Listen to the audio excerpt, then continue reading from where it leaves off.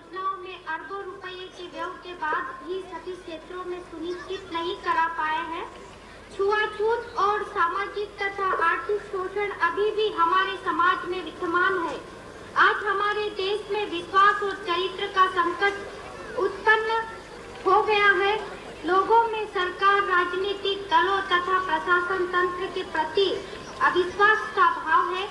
सभी क्षेत्रों में चारित्रिक दृढ़ता का भी अभाव है। विगत कुछ वर्षों में राजनीतिक का स्वरूप एकदम बदल गया है तथा नैतिकता के सारे मापदंड टूट चुके हैं। आपसी देश और कला के कारण राजनीति कर्कश हो गई है। लोकतंत्र में राजनीतिक मतभेद स्वाभाविक है, लेकिन राष्ट्रीय एकता, लोगों की भलाई, शांति और व्यवस्था तथा विकास के प्रयासों में सभी राजनीतिक दलों तथा आम जनता की सक्रिय भागीदारी आवश्यक है। प्रदेश सरकार विकास के साथ साथ सभी राजनीतिक दलों, सभी धर्मों के अनुयायियों और समाज के सभी वर्गों को समान अधिकार सुनिश्चित किए जाने के लिए वचनबद्ध है। मध्य प्रदेश में सरकार द्वारा एक नए राजनीतिक वातावरण का निर्माण करने का प्रयास किया गया है। पिछले एक वर्ष में राज्य में सभी महत्वपूर्ण त्योहार बगैर किसी तनाव के शांतिपूर्वक और उल्लासपूर्वक वातावरण में मनाए गए। किसी भी प्रकार की सांप्रदायिकता की छाया किसी भी त्योहार के सरकार में मंत्री तथा अधिकारी स्तर पर फैसले बगैर किसी दबाव अथवा हस्तक्षेप के हो रहे हैं। राजनीतिक क्षेत्र में अवांछनीय तथा असामाजिक तत्वों का दखल समाप्त हुआ है तथा धन बल और बाहुबल अप्रभावकारी हो गए हैं। इतिहास में पहली बार मध्य प्रदेश मंत्रिमंडल के सदस्यों ने अपनी संपत्ति का विवरण विधानसभा के माध्यम से सार्वजनिक किया है। मुझे विश्वास है कि राजनीतिक तथा प्रशासन के क्षेत्र में स्वस्थ परंपराओं को स्थापित करने के प्रयासों को जनता का पूरा समर्थन मिलेगा। प्रदेश सरकार ने सभी क्षेत्रों में आगे बढ़ने के लिए नए कदम उठाए हैं। भारतीय संविधान के निर्माता डॉक्टर भीमराव अंबेडकर के जन्म शताब्दी वर्ष में उनकी भावना के अनुरूप प्रदेश सरकार द्वारा सदियों से शोषण के शिकार समाज के कमजोर वर्गों के विकास पर सबसे अधिक ध्यान दिया जा रहा है, जिससे वे तेजी से समाज के अन्य वर्गों की बराबरी पर आ सके। ग्रामीण क्षेत्रों में मूलभूत सुविधाएं उपलब्ध कराने तथा विकास के लिए लगातार प्रयास शुरू किए गए हैं। भरोसे और वायदा निभाने वाली सरकार के नाते हमने करोड़ों किसानों की कर्ज मुक्ति का जो वायदा किया था उसे 6 माह के भीतर पूरा किया है।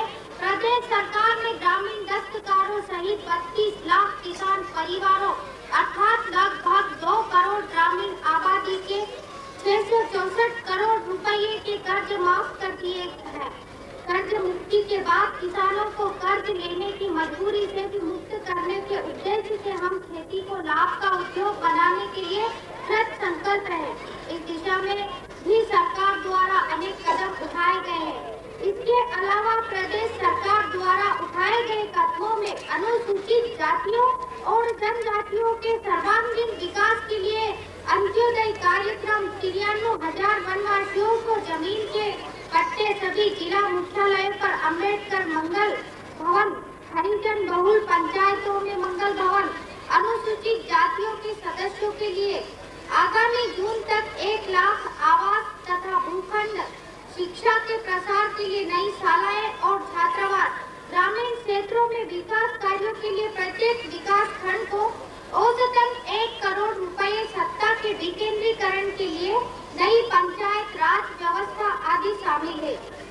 आगामी 2 वर्षों में प्रदेश के सभी ग्रामों में बिजली, 1300 अधूरी सिंचाई योजनाओं को पूरा किए जाने तथा अनिश्चय की स्थिति समाप्त करके नर्मदा सागर परियोजना का निर्माण शुरू करने के निर्णय भी लिए गए हैं। उद्देश्य यह है कि प्राकृतिक संपदा से भरपूर तथा विकास की असीम संभावना वाले पर लगभग पूरी तरह निर्भर है। हमारे देश की समूची अर्थव्यवस्था पर यह एक बड़ा आघात है। इसके दुष्परिणाम सभी क्षेत्रों पर पड़े। बचत जैसे उपाय तथा जमाखोरी और कालाबाजारी की प्रवृत्ति पर नियंत्रण द्वारा हम इस संकट का मुकाबला कर पाएंगे। सरकार अपनी तरफ से पूरे प्रयास कर रही है सभी के सक्रिय सहयोग से हम देश पर आए इस संकट का मुकाबला कर सकेंगे। मुझे विश्वास है कि संकट की इस घड़ी का सामना करने में मध्य प्रदेश के सभी निवासी अपना पूरा योगदान देंगे और गणतंत्र दिवस के इस पावन अवसर पर आप सबकी सुख शांति और समृद्धि की मंगल कामना मुख्यमंत्री जी भी कर रहे हैं और मैं भी कर रही हूँ। बहुत बहुत